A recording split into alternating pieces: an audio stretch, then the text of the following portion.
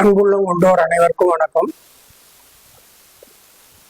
இந்த பதிவுல இந்து சமய அறநிலையத்துறை சட்டம் ஏன், யாரால், எப்போது கொண்டு வரப்பட்டது அதான் நம்ம பார்க்க போறோம்.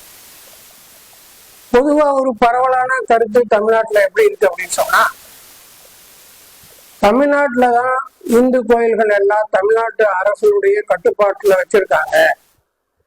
மற்ற இடங்கள்ல எல்லாம் அந்த இந்து கோயில்களை அந்தந்த இந்துக்கள் தான் நிர்வாகம் பண்ணிட்டு வராங்க அப்படின்னு சொல்லி ஒரு கருத்து இருக்கு.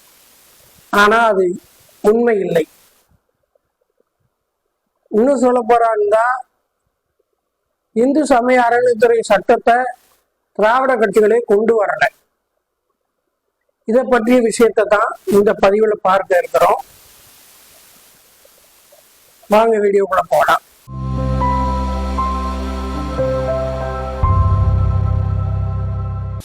கோயில்கள் அப்படின்னு சொல்லும் போது அது தனியார் கோயிலாகவும் இருக்கலாம் அல்லது பொது கோயிலாகவும் இருக்கலாம். இந்த கோயில் நிர்வாகத்தை முறைப்படுத்துவதற்காகத்தான் இந்து சமய அறநிலையத்துறை சட்டம் அப்படிங்கிற சட்டம் இருந்துகிட்டு இருக்கு. இந்த சட்டம் யாரால், எப்போது, எதற்காக கொண்டு வரப்பட்டது அப்படிங்கிறத பார்க்கிறது தான் இந்த பதிவு. வெறும் சட்டத்தை பற்றி இல்லாம பொதுவான சில கோயில் சம்பந்தப்பட்ட விஷயங்களையும் இந்த பதிவுல நம்ம பார்க்க இருக்கிறோம். என்னுடைய சேனலை நீங்க சப்ஸ்கிரைப் பண்ணுங்க. இந்த வீடியோ உங்களுக்கு பிடிச்சிருந்தா லைக் பண்ணுங்க, ஷேர் பண்ணுங்க. வாங்க வீடியோக்குள்ள போகலாம்.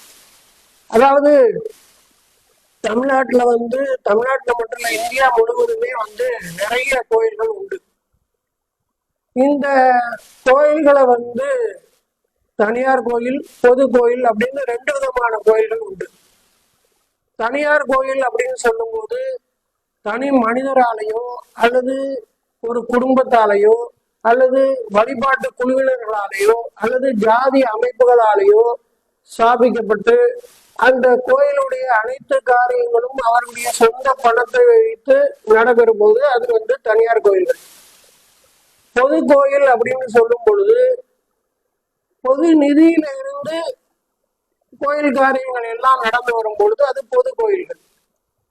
இந்த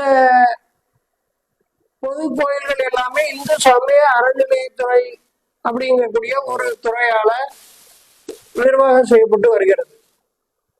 இதுலயே பாத்தீங்கன்னா, ஆதின கர்த்தர்களுக்கு கீழே மடாலயங்கள் இருக்கு. அந்த மடாலயங்கள் சில கோயில்களை நிர்வாகம் செஞ்சு வராங்க. அவங்களும் ஆன்மீகம் சம்பந்தப்பட்ட விஷயங்கள்ல நிறைய சொத்துக்களோட இயங்கி வராங்க. அந்த மடாலயங்கள் சம்பந்தப்பட்ட விஷயங்களையும் முறைப்படுத்துவதற்கு அந்த இந்து அதாவது இந்து அறநிலையத்துறை சட்டம் 1959 அந்த விதிகள் தான் அதையும் கவனிக்குது.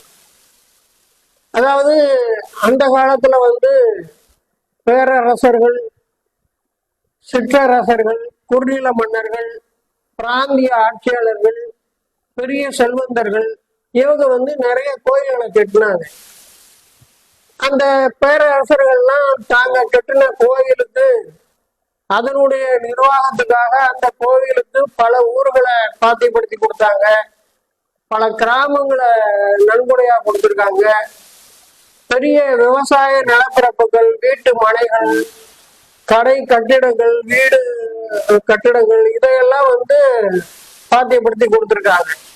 இப்படி பாத்தியப்படுத்தி கொடுத்த சொத்துக்கள் சம்பந்தமாக அவங்க செப்பு பட்டயங்கள், பல்வேறு விதமான சாசனங்கள் மற்றும் கல்வெட்டுகள் இதன் மூலமாக அந்த சொத்துக்கள் கொடுக்கப்பட்ட விவரத்தை உறுதி செஞ்சு வச்சிருக்காங்க. இந்த அடிப்படையில தான் அந்த கோயில்கள் நிர்வாகம் செய்யப்பட்டு வந்தது. அதாவது அந்த கோயில்களுக்குன்னு இவ்வளவு சொத்துக்கள் இருக்குது. இந்த சொத்துக்கள்ல பாத்தீங்கன்னா அசைய சொத்துக்கள், அசையா சொத்துக்கள்னு சொத்துக்களை ரெண்டா பிரிக்கலாம். அதாவது தங்கம், வெள்ளி, வைரம், வைடூரியம் மற்றும் ரொக்க தொகைகள், இருப்பு தொகைகள் மற்றும் பொருட்கள் இதெல்லாம் அசையும் சொத்துக்கள். அதே நேரத்துல விவசாய நிலங்கள், வீட்டு மனைகள், வர்த்தக வளாகங்கள் மற்றும் கட்டடங்கள் இதெல்லாம் வந்து அசையா சொத்துக்கள். இந்த அசையா சொத்துக்கள் அப்படின்னு சொல்லக்கூடிய சொத்துக்களை வந்து அந்த கோயிலுடைய அத்தியாவசிய தேவைகள் போக மற்ற எஞ்சிய சொத்துக்களை, அதாவது இந்த நிலம் இருக்கு, கட்டடம் இருக்கு, இதெல்லாம் வந்து அந்த கோயிலுடைய அத்தியாவசிய தேவைகளுக்கு போதுமானது தவிர மற்ற சொத்துக்கள் எல்லாம் என்ன செய்யறாங்க அப்படின்னா பல்வேறு நபர்களுக்கு குத்தகை, வாடகை ஒப்பந்தம் மூலமாக அதை வந்து அவங்ககிட்ட ஒப்படைக்கிறாங்க. அதன் மூலமாக குத்தகை, வாடகை இதெல்லாம் வசூல் செய்து அதுவும் அதன் மூலமாகவும் அந்த கோயிலுடைய காரியங்கள் தொடர்ந்து நடந்து வருது. ஒரு கோயிலுக்குள்ள சொத்தை இன்னொரு கோயிலுக்கு மாற்ற முடியாது. இந்த அடிப்படையில தான் அந்த விஷயங்கள் நடந்து வருது. மடாலயங்கள், ஆதீன கர்த்தர்களுடைய அந்த விஷயங்களை வந்து அதுவும் இந்த சட்டத்தால தான், இந்த சட்டத்துக்கு உட்பட்ட முறையில தான் நிர்வாகம் செய்யப்பட்டு வந்தாலும் அது வந்து ஒரு தனிப்பட்ட தன்மை வாய்ந்தது. அதை பற்றி வேற ஒரு பதிவுல பார்க்கலாம். பொதுவா வந்து பாத்தீங்கன்னா இந்த கோயிலுக்கு வந்து இப்படி நிறைய சொத்துக்கள் இருக்கு. அதுலயும் குறிப்பா அசையா சொத்துக்கள் இருக்கு. இந்த பெரிய பெரிய ஊரே பாத்தியப்பட்டிருக்கு, கிராமங்களே பாத்தியப்பட்டிருக்கு. அந்த இதெல்லாம் வந்து பாத்தீங்கன்னா இந்த சட்டங்கள்லாம் வர்ற காலத்துக்கு முன்னாடி வந்து இதெல்லாம் அந்தந்த கோயிலுக்கு சில தர்மகர்த்தாக்கள்னு இருப்பாங்க. அதாவது பெரிய செல்வந்தர்கள் அல்லது பெரிய செல்வாக்கு படைத்த மனிதர்கள், இவங்கதான் வந்து அந்த கோயில் நிர்வாகத்தை கவனிச்சாங்க. இப்படி அதாவது கோயிலுடைய தர்மகர்த்தாக்களா இருக்கக்கூடிய நபர்கள் நிறைய பேர் வந்து நல்ல ஒரு ஆன்மீகவாதிகளாகவும் நேர்மையானவர்களாகவும் இருந்தாங்க. அவங்க அந்த காரியங்கள் எல்லாம் சிறப்பா கவனிச்சு அந்த கோயிலுடைய பூஜை மற்ற பராமரிப்பு எல்லாத்தையும் சிறப்பா கவனிச்சுக்கிட்டாங்க. ஆனா அவங்களையே சிலர் வந்து ரொம்ப மோசமான தன்மை உடையவங்களா, பேராசை படைத்தவர்களா, கடவுள் பயம் இல்லாதவர்களாக, போலியான பக்தி கொண்டவர்களாக இருந்தாங்க. இவங்க என்ன செய்வாங்கன்னா, அதாவது இந்த நகை மற்ற பொருட்கள் இதெல்லாம் வந்து ஊழல் பண்ணாங்க. அதே மாதிரி இந்த விவசாய நிலங்கள்லாம் அவங்க பேருக்கு மாத்திக்கிடுவாங்க, குடும்ப சொத்தா மாத்திடுவாங்க, அந்த ரெக்கார்டெல்லாம் மாத்திடுவாங்க. அது மாத்திரம் இல்லாம அந்த விவசாய நிலங்களை குத்தகைக்கு எடுத்ததாக சொல்லி ரெக்கார்டு வச்சிருப்பாங்க. ஆனா குத்தகை படத்தை கொடுக்க மாட்டாங்க. வாடகைக்கு எடுத்ததாக ரெக்கார்டு வச்சிருப்பாங்க. ஆனா வாடகையை கொடுக்க மாட்டாங்க. இப்படிப்பட்ட முறையில சொத்துக்கள் நிறைய இருந்த போதிலும் கூட அந்த கோயில்கள் வந்து முறையாக பராமரிக்க முடியாம ரொம்ப சிதறம் அடைஞ்சு ரொம்ப போய்கிட்டு இருந்தது. அதாவது எத்தனையோ கோயில்கள் இடிந்து ஒப்பா போயிட்டது, பாலடைந்து போயிட்டது. ஒரு நேர பூஜை கூட நடக்காம அந்த அளவுக்கு பாதிக்கப்பட்டது. இப்படி அந்த கோயில்களுக்கு சொத்து இருந்தும் இவ்வளவு சிறப்பான கோயில் இந்த மாதிரி ஒரு நிலைமைக்கு போயிட்டது அப்படின்னு சொல்லி உண்மையான பக்தர்கள் ரொம்ப மன வருத்தப்பட்டாங்க. அந்த மாதிரி மன வருத்தப்பட்ட மனிதர்கள் இது சம்பந்தமா, அதாவது அதுலயும் முக்கியமா கொஞ்சம் செல்வாக்கு படைத்த நபர்கள், அதாவது அந்த நேரத்துல வந்து ஆட்சியாளரா இருந்தது வந்து ஆங்கிலேய கிழக்கிந்திய கம்பெனி, அவங்கதான் வந்து ஆட்சியாளர்களா இருந்தாங்க.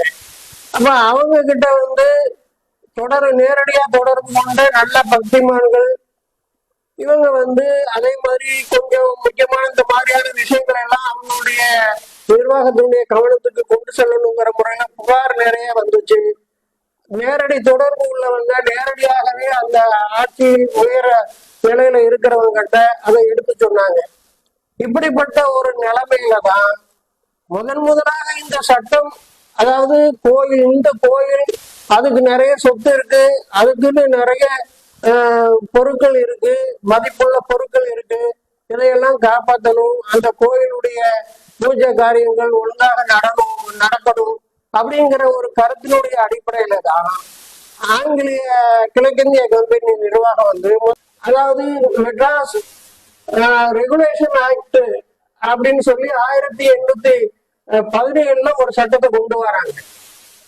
இந்த சட்டத்தை கொண்டு வரும்போது அந்த ஆங்கிலேய கிழக்கிந்திய கம்பெனி நிர்வாகத்திலேயே வந்து பல விதமான கருத்து வேறுபாடுகள், அதாவது இந்துக்களுடைய கோயில் நிர்வாகத்துல நம்முடைய ஆட்சி வந்து நிர்வாகம் வந்து தலையீடு செய்யக்கூடாது அப்படின்லாம் சில எதிர்ப்புகள்லாம் இருந்தது.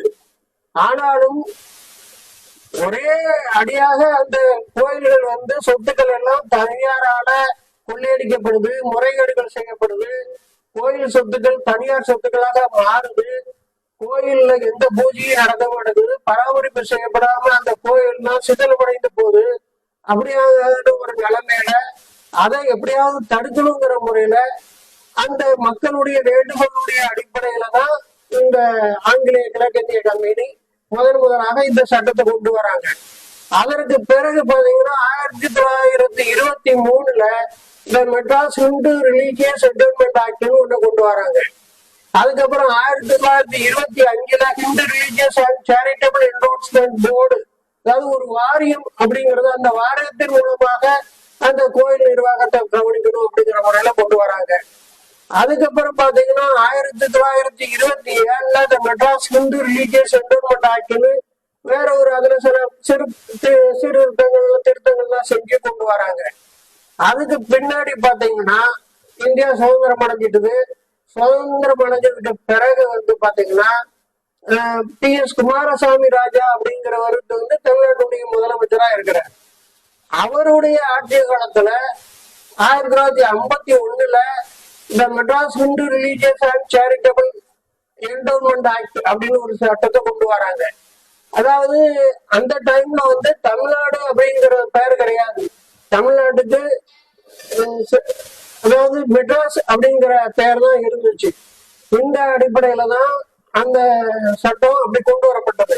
அதற்கு பின்னாடி பாத்தீங்கன்னா 1959 காமராஜருடைய ஆட்சி காலத்துலதான் தற்போதைய அதாவது இந்து மத சமய அறநிலையத்துறை சட்டம் 1959 அப்படின்னு ஒரு சட்டம் கொண்டு வரப்படுது. இது வந்து 1960 ஏப்ரல் 28 நடைமுறைக்கு வருது. அதாவது இப்படிப்பட்ட சட்டங்கள் எல்லாமே வந்து ஒவ்வொரு ஏதோ ஒரு நேரத்தை நடத்தி இன்னைக்கு கொண்டு வரப்பட்டதல்ல. பல்வேறு காரணங்களால ஆங்கிலேய கிழக்கிந்திய கம்பெனி ஆட்சியில இருந்து அதற்கு பிறகு இங்கிலாந்தினுடைய ராணியினுடைய ஆட்சி கீழே, அதுக்கு பிறகு இந்தியா சுதந்திரம் அடைந்த பிறகு இந்தியாவுடைய மாநில ஆட்சியாளர்கள் இப்படி இவங்க தான் கொண்டு வந்தாங்க.